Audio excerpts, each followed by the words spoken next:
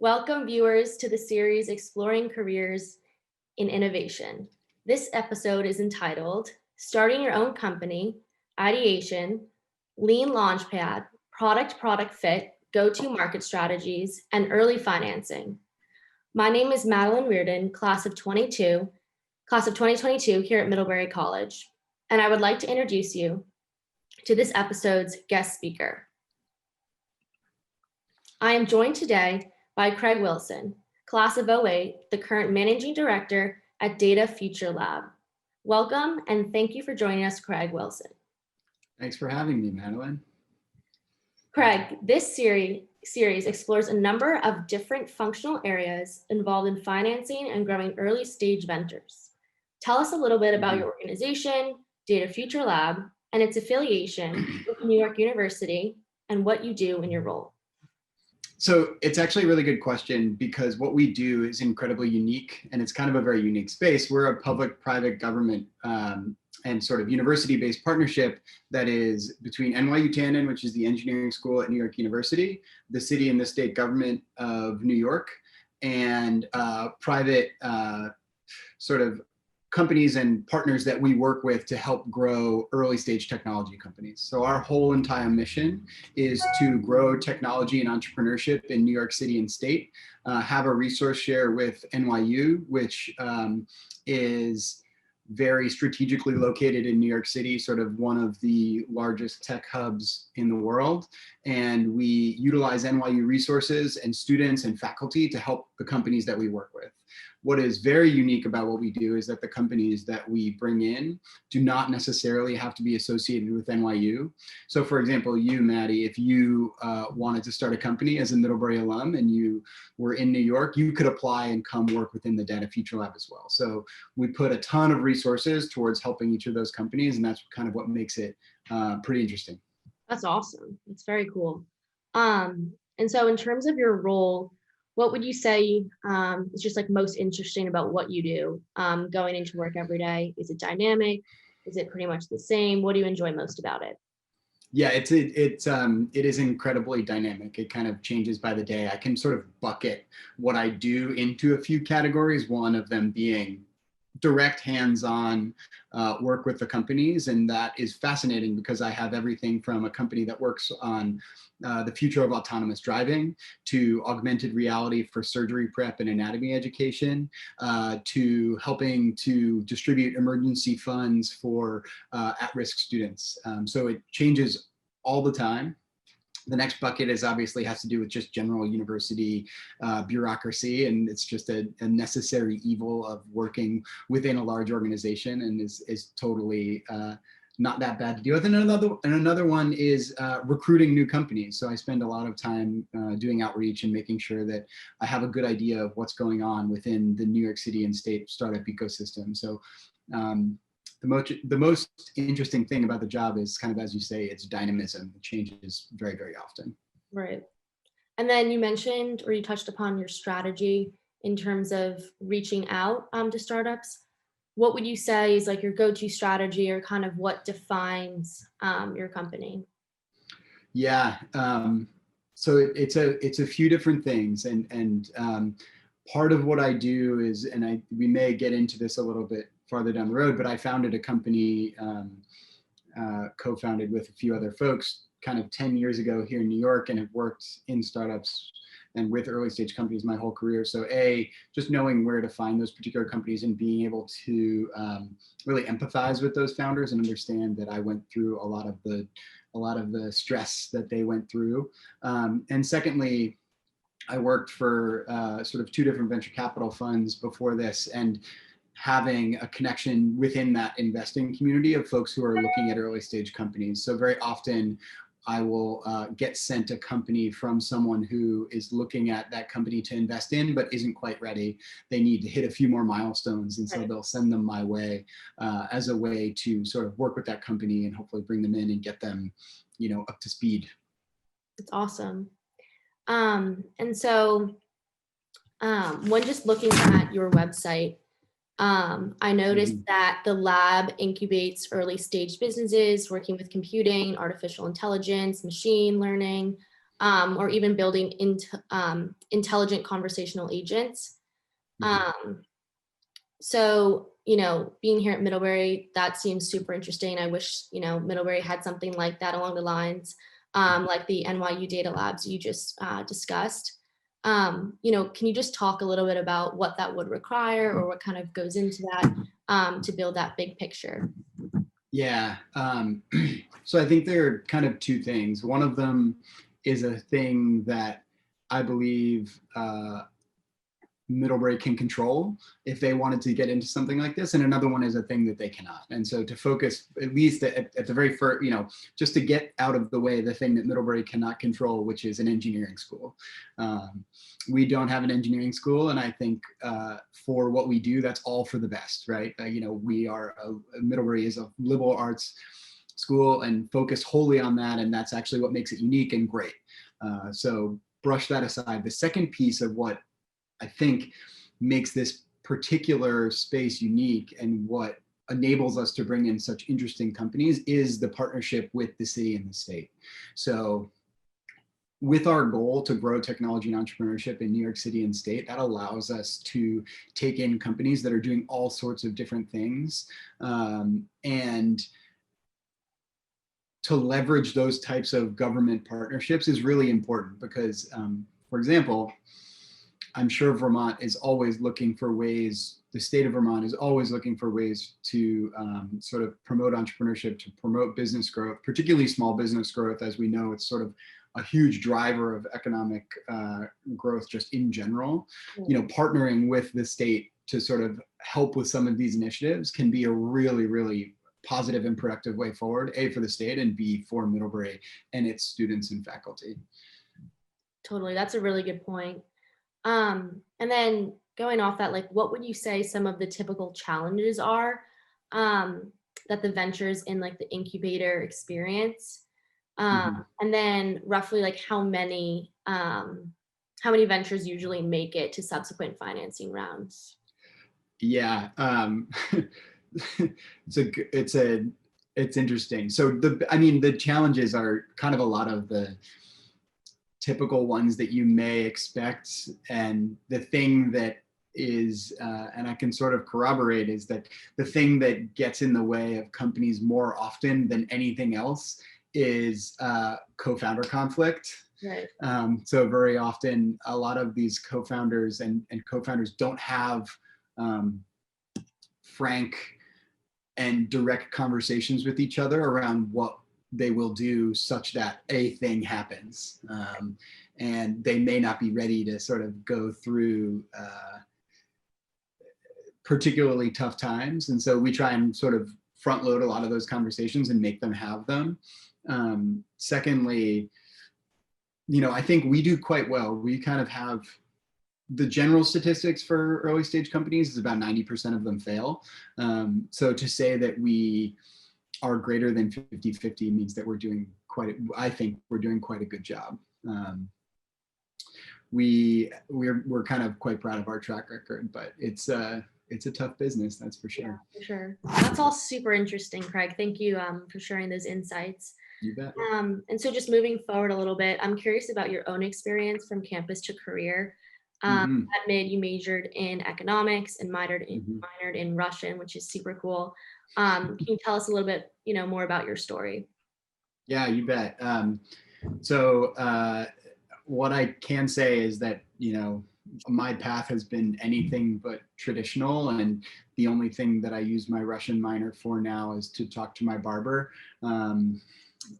which I think all of my professors would be ashamed of, that's the only reason why I use it anymore. But, I think it was less of the economics major and Russian minor that sort of pushed me into this career, and more a search for and success at the ability to critically think and communicate and write. I think I kind of went to school at Middlebury assuming that I was going to go to medical school because both my parents are well retired now, but public school teachers. every one of my family are teachers, aunts, uncles. Awesome. I basically thought, and then I had one cousin who was a doctor. And so I was like, well, there's literally only two things that I can do. I can be a teacher or I can be a doctor. And I was like, I don't think I want to be a teacher, but I do like it. So I guess I should be a doctor. It turns out I started taking those classes and I should not be a doctor. So I switched and found, yeah. So I switched and found things that I was, much more interested in. It turns out like an interest in applied mathematics and stuff like that. Economics is a little bit more appropriate for that, and was really fascinating. So I dove into what I ended up ultimately wanting to dive into, and sort of found a path that way. I think an interest in sort of early stage companies came from, I'm technically 07.5. I was a Feb, so I took my first semester off and helped start a nonprofit. And so with a sort of in my hometown community. And so that's kind of was my original foray into like getting something off the ground or helping to get something off the ground. And I think little did I know, and it's easier to look back in hindsight than going forward, but I certainly think it was a formative experience into sort of helping early stage companies. That's awesome. And then what would you say has been like the most important, role, or was it an influential person in kind of getting your first job? So my first job was, I'll do first job and then second job, because my first job I worked as a professional ski patroller in Washington State. So that was awesome. And that was just straight up cold outreach. Like, I want to go do this. And there were two places that were going to hire me. And one of them said that they would expedite my explosives license so I could control for avalanches. And so that's the one I chose. And it was amazing. My second job is I worked as basically the chief of staff for a Middlebury alum in Sydney, Australia. And he had a bunch of different sort of entrepreneurial pursuits that he was going down the path of. And it was really just him taking a conversation with me, and the sort of generosity of him willing to take a shot on a guy that is willing to buy a one-way ticket to a country. And, Right. I fully expected for him to say no, and me to have to get a bartending job and like find my way back to the States. But that was not the case. He said, yes, like, let's give this a go. And I'll never forget it. It was Awesome. incredibly kind. That's great. That really also just speaks to the Middlebury alumni Yeah. dedication in terms of networking. Mm-hmm. So how does Middlebury, your experience at Middlebury kind of fit in with your career now? Are there moments that you look back and you're like, wow, I can thank Middlebury for teaching me X, Y, and Z? I know you kind of pointed to the writing and the critical thinking.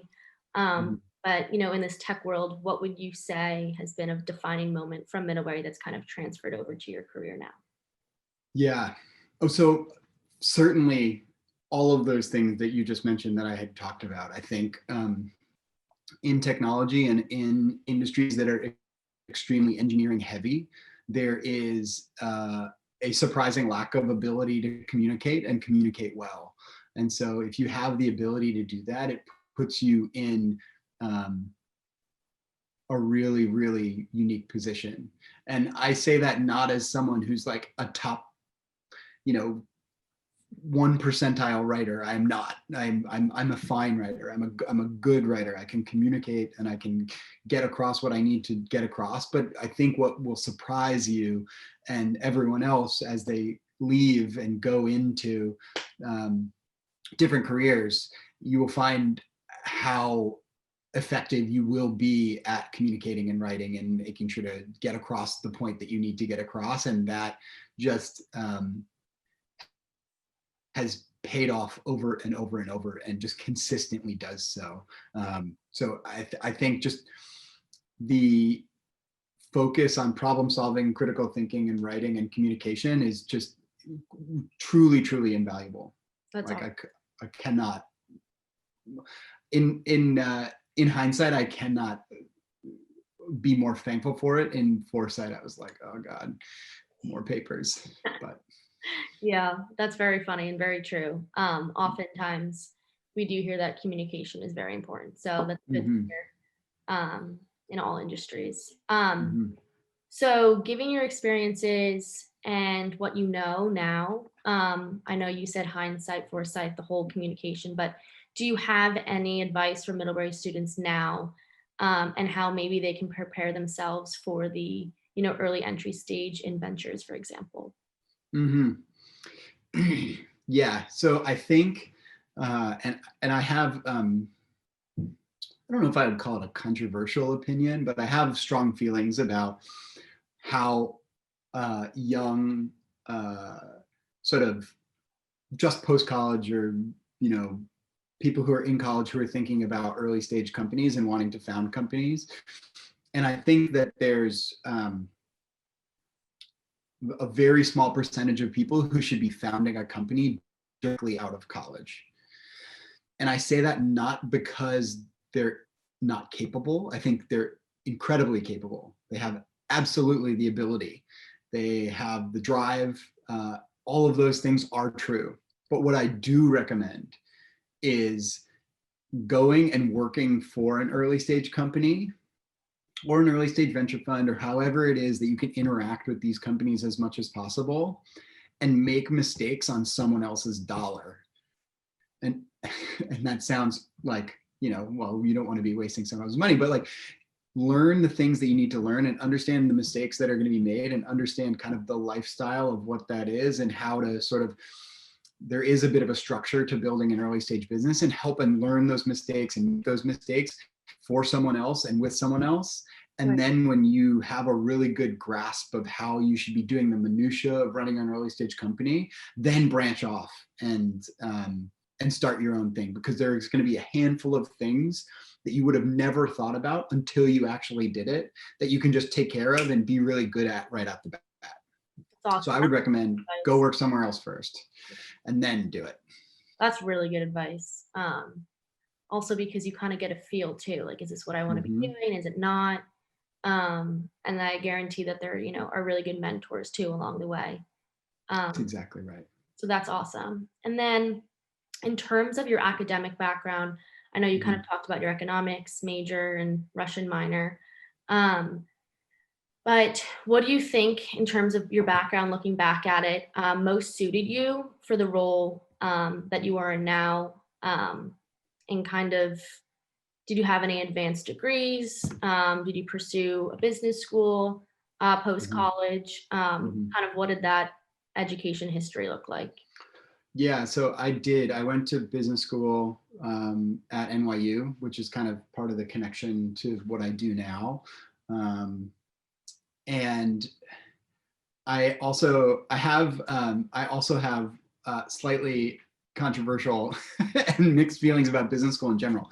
And it's not that I discourage people from going, but I think people should go if they have a very good idea of what they'd like to do after, and not go if you have no idea what you're going to do after, because that enables you to make the most of your 2 years at business school. So if you have an idea, and what I don't mean is like if you think you want to work in early stage companies, that's great. Like, pursue and like, focus on that. If you think you want to be a consultant, like, great, go to business school, focus on that.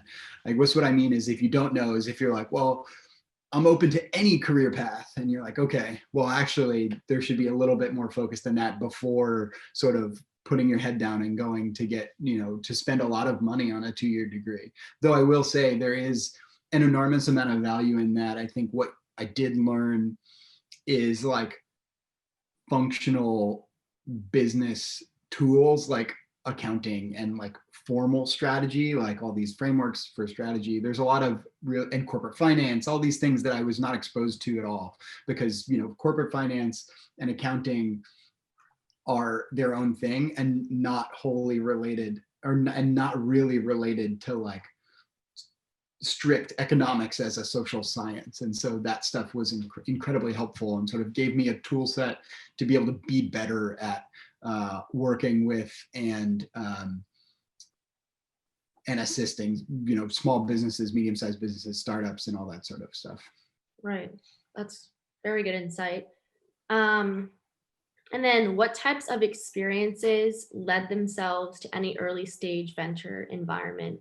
Um, just, you know, like when did you realize, okay, this is something I definitely want to do? In terms of post college, did you have the idea kind of leaving college that this is something I want to get into? What kind of was like the pivotal moment for you? I had no idea. Zero idea. Um, and it's kind of funny. So I would go when I'm sort of, you know, if I'm around campus and I see a lot of students who are like, oh my God, I need to get it, you know, I need to get this internship, I need to do this and I need to do that. And I'm kind of like, it's totally fine. Like, you're going to be okay. Like, Right. I was literally living in a cabin in the middle of the woods when I was 23 years old, making next to no money. Like, it's going to be fine. Like, it's going to be totally, like, you're going to be good to go. But as far as like a pivotal moment, like, I think that initial time before coming to school of starting up a nonprofit was interesting because it could, you know, there's something that's really gratifying about seeing progress from 0 to 1, you know, like something didn't exist and now it exists and you can quantify that. There's another sort of really gratifying piece of taking it from 1 to 100. But what I realized, and so I helped start a company called Locus Analytics and it was like an economic database company, and et cetera, et cetera. And what I realized in that experience was that I didn't really care that much about economic databases as much, but what I did enjoy was the process of like getting something from 0 to 1. And so focusing on that earliest stage of company is the most interesting thing and has been the most interesting thing for me. And so that sort of light bulb moment, which didn't happen for a few years, was the thing that really drove me towards doing what I'm doing now. And all of this interacting with companies and kind of startups in particular, and like you were saying, taking something from 0 to 100, to me, I think that requires like a lot of technical skill. And I know you went to NYU Business School. Would you say that is kind of where you were able to master those technicals, or did you have to work on your own? What do you have for, you know, in terms of advice for Middlebury students if they want to do something Yeah, that didn't have like a timeline in terms of the classes you can take here to lead up to those technicals? totally. And I think so I think you're right. And I think that's what comes back to, like, learn a lot of that stuff on someone else's dollar, such that like go work for a company that can help teach you those technical skills. And then you can hone them at a graduate program. If you do want to do something much more engineering focused, like, yes, you know, find a way to go to a master's program in engineering and you can learn a lot of that technical skill. But it's like very learnable on the job, I think. And you shouldn't be, and no one should feel like they're lacking in the ability to learn that stuff. In fact, I think what a lot of Middlebury students will find is that they're going to learn a lot much more quickly and be able to grasp these concepts, particularly abstract concepts, much better than their peers who may be seemingly more technical. Right. Yeah, that's a really good point. Especially just the Middlebury background and the network, like you spoke to earlier, I definitely think would be super beneficial, like you're doing for us today. So we really appreciate it.